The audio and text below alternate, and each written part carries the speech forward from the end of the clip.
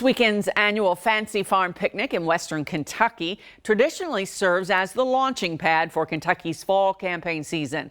The stakes are high and heckling partisans will serve as a noisy backdrop.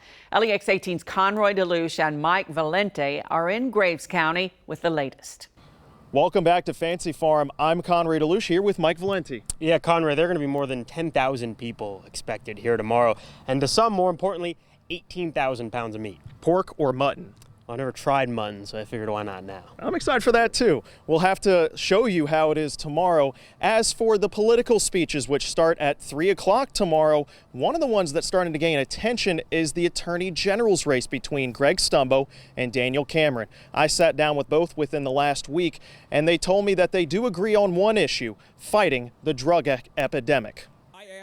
After working in Washington with Senate Majority Leader Mitch McConnell's office for more than 2 years, Daniel Cameron returned home to Kentucky and is now running for his dream job. I wanted to continue to be a meaningful contributor around that conversation. For my judgment, the best place to do that is in the Attorney General's office. Former House Speaker Greg Stumbo has held this job before, from 2003 to 2007.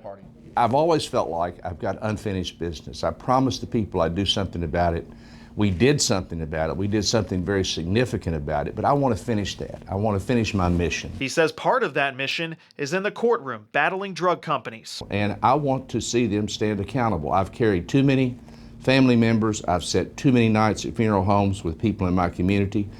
I want them to have to pay and stand accountable for the crimes that they committed to the people across Kentucky. What he lacks in Kentucky political experience, Cameron says he makes up for from his work in Washington with Senator McConnell. But I want to take that experience of working with our federal partners in the law enforcement community and working with our state partners to really form synergies in our law enforcement community to make sure that we can get a handle on this drug epidemic over the next decade. Who is Greg Stumbo? The issues are important, but this race jumped into the spotlight with that simple question in a recent ad released by Daniel Cameron's campaign. Those attacks are false. They've been out there for 30 years. You know, my political opponents always try to use them.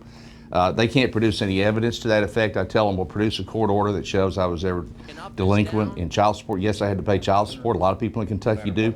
If I were delinquent, they would have put me in jail. There'd be a court order somewhere saying that. There's not one. Stumbo called Cameron a desperate candidate who does not have a resume and has a low regard for the truth. Cameron, in turn, criticized Stumbo's decision to seek the office of lieutenant governor instead of re-election to the AG's office in 2007.